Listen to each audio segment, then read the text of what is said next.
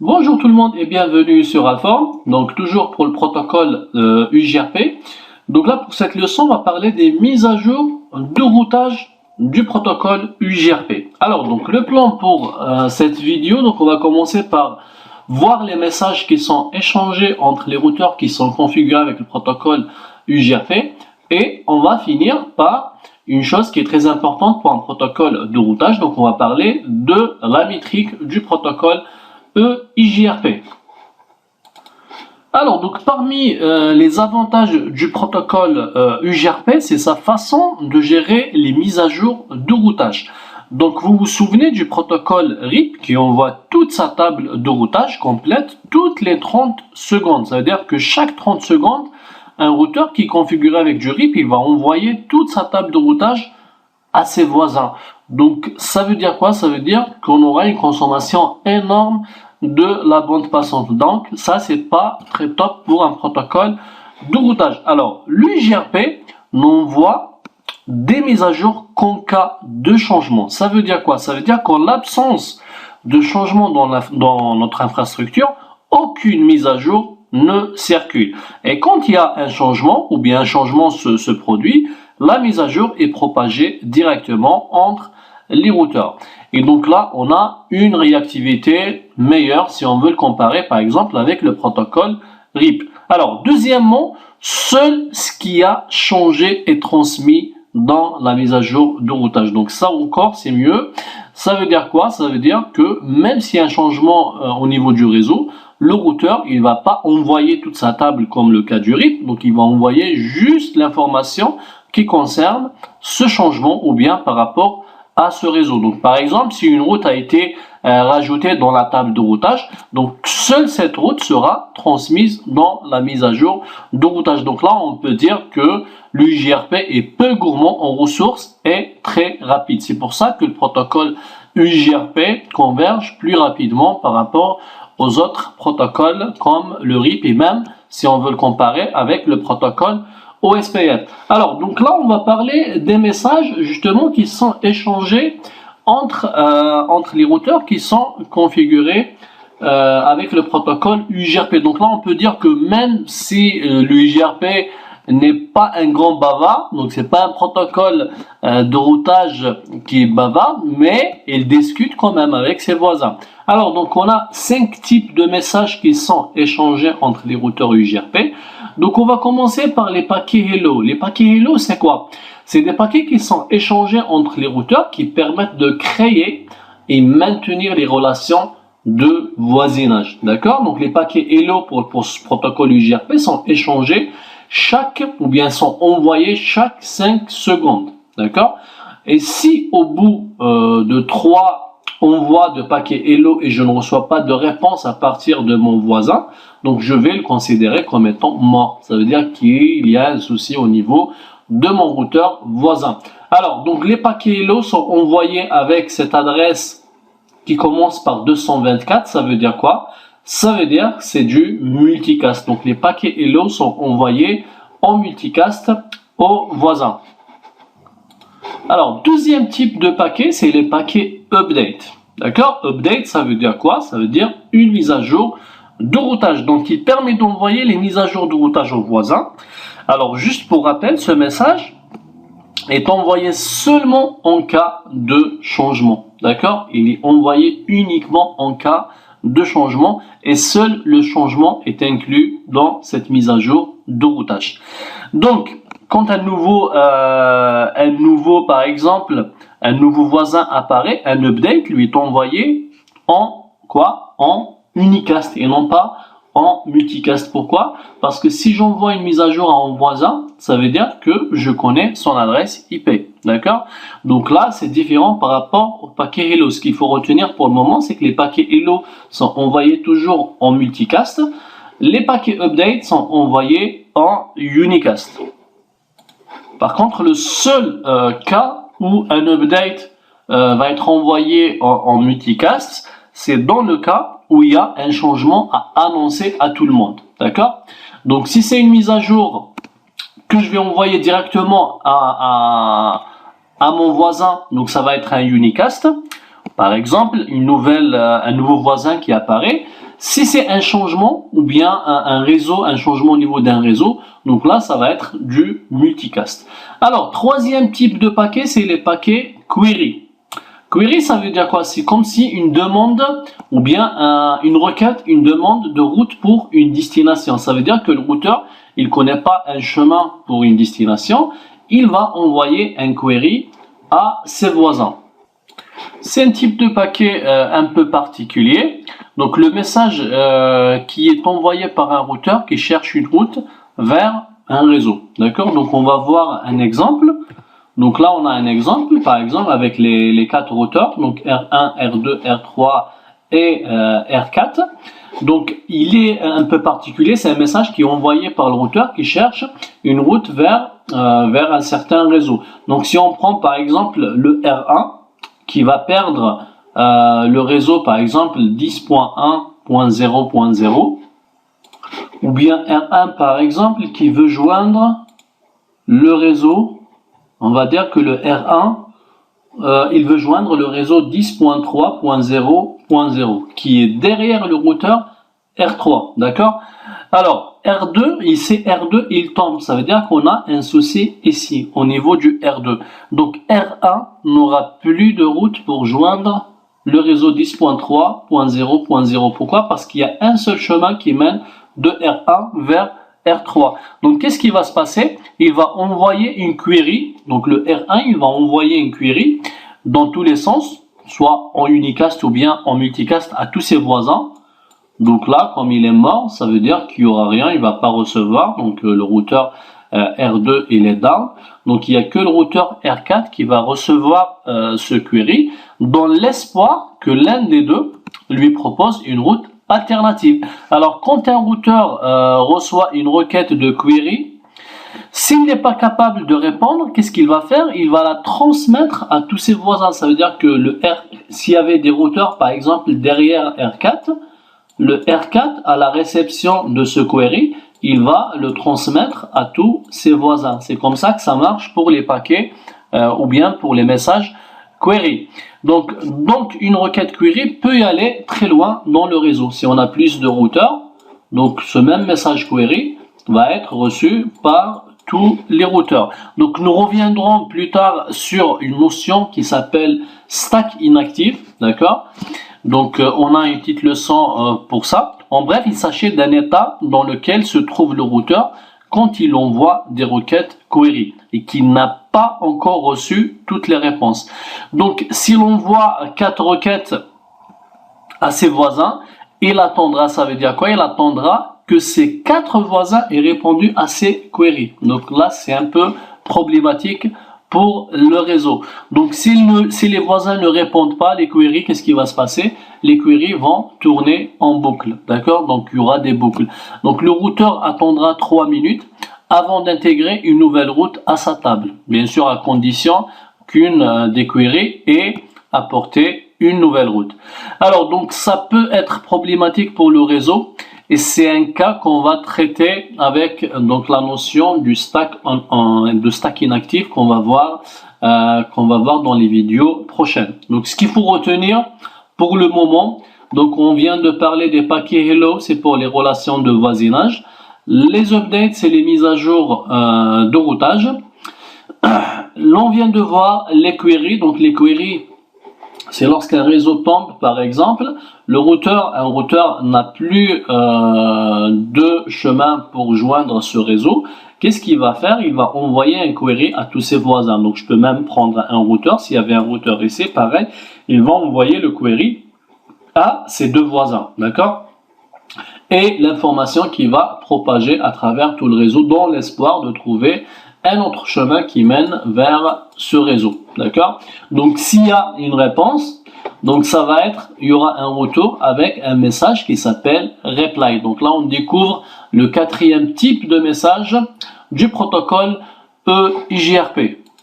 Alors donc comment un routeur fait pour répondre à une query? Il répond, il envoie un reply en unicast. D'accord?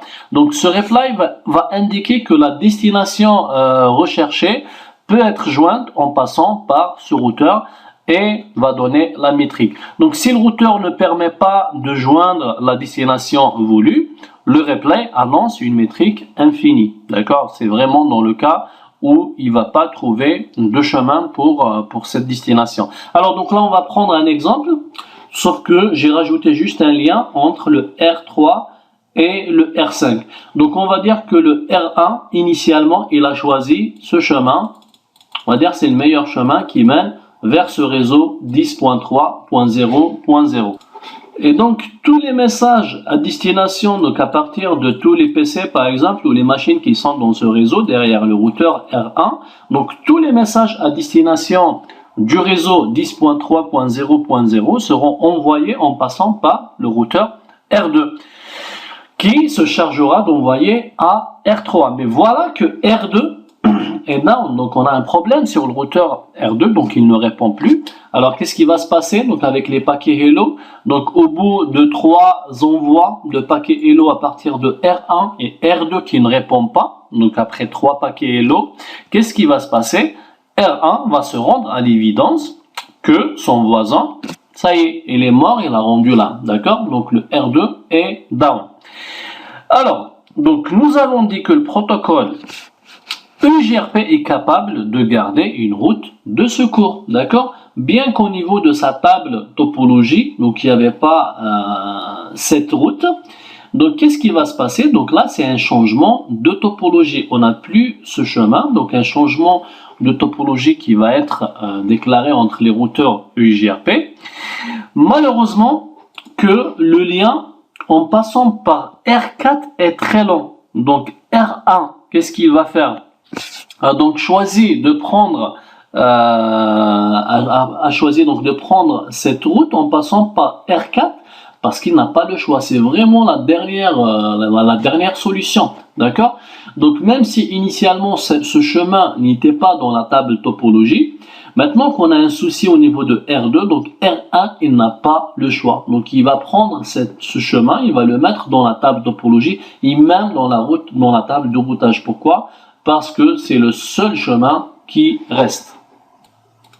Et donc R1, il envoie un query au routeur R4 en demandant une route vers le réseau 10.3.0.0. Et le R4, il répond par quoi? Donc il va répondre par un reply pour dire qu'il connaît un chemin vers ce réseau 10.3.0.0. Alors pour résumer tout ça, donc R2 ne répond plus, R1 il envoie un query à R4, R4 il répond par un reply au routeur R1. Le chemin vers ce réseau en passant par R4 et R5 va s'installer au niveau de la table topologie du routeur R1 et de la table de routage du routeur R1. Alors, si on revient à notre slide, donc on vient de découvrir le quatrième type de message pour le protocole EIJRP. Dernier message, c'est les accusés de réception. Accusés de réception pour quel type de paquet? Pour les updates, pour les queries et les replies. Donc, il n'y a pas d'accusé de réception pour les paquets Hello, d'accord? Donc là, c'est vraiment le plus simple.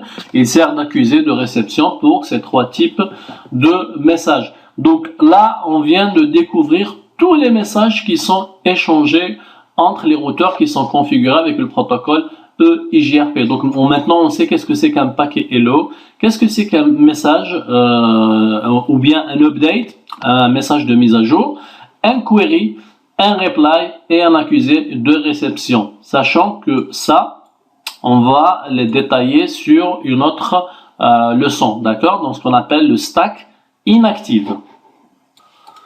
Alors maintenant, on va parler de la métrique du protocole EIJRP. Donc comme tout protocole de routage, donc on a une métrique, une manière de calculer pour le protocole EIJRP. Donc comment le protocole EIJRP évalue les différentes routes et quelle est sa métrique?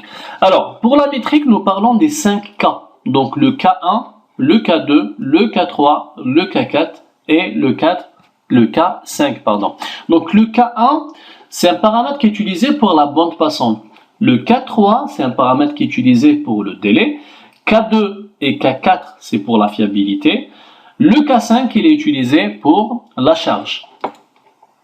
Donc UJRP utilise 4 attributs pour juger les routes qu'il apprend. D'accord? Donc les 5 cas sont placés dans une formule qu'on va voir juste après. Et le résultat le plus faible qui va l'emporter. Ça veut dire quoi le résultat le plus faible? La métrique la plus faible. Puisque tout ça, on l'utilise pour calculer la métrique du chemin. D'accord?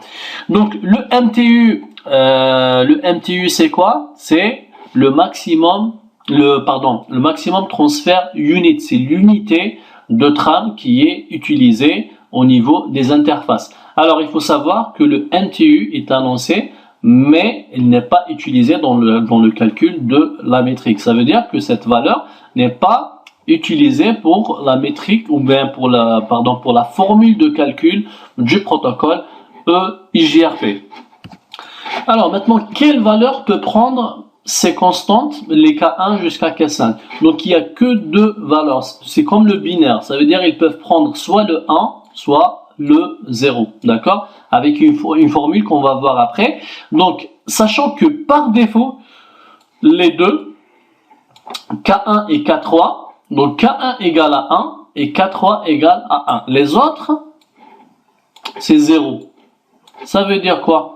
Ça veut dire que par défaut, l'UIGRP, pour le calcul de sa métrique, il va prendre en considération que la bande passante et le délai. D'accord? Ça, c'est le comportement, le calcul de la métrique du protocole UIGRP par défaut. Donc, par défaut, il n'utilise ni la fiabilité, ni la charge. D'accord? Donc, la formule de calcul pour le protocole UIGRP, donc c'est cette formule. Si vous avez la curiosité de découvrir cette formule, elle est très simple. Donc, métrique égale K1 multiplié par la bande passante plus K3 multiplié par le délai, ou bien la somme des délais. Alors, juste une chose importante, donc K1 par défaut égale à 1, et K3 par défaut égale à 1. Donc, au final, cette métrique, ou bien cette équation, elle devient quoi? Bande passante, on va mettre bandwidth, plus délai, d'accord? Plus délai. Donc, alors, cette bande passante, c'est quoi? C'est le minimum, si on prend par exemple cette topologie comme exemple.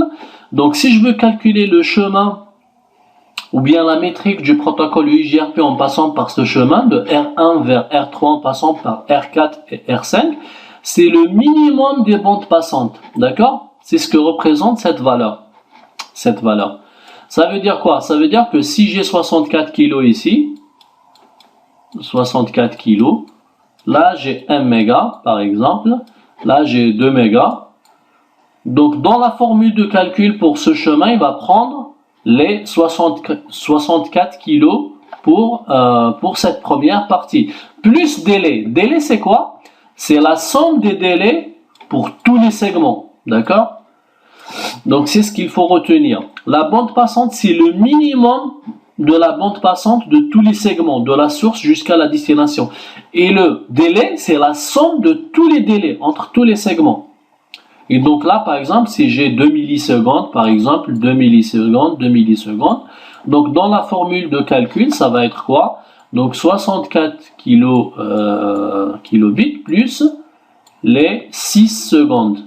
3 fois 2, d'accord?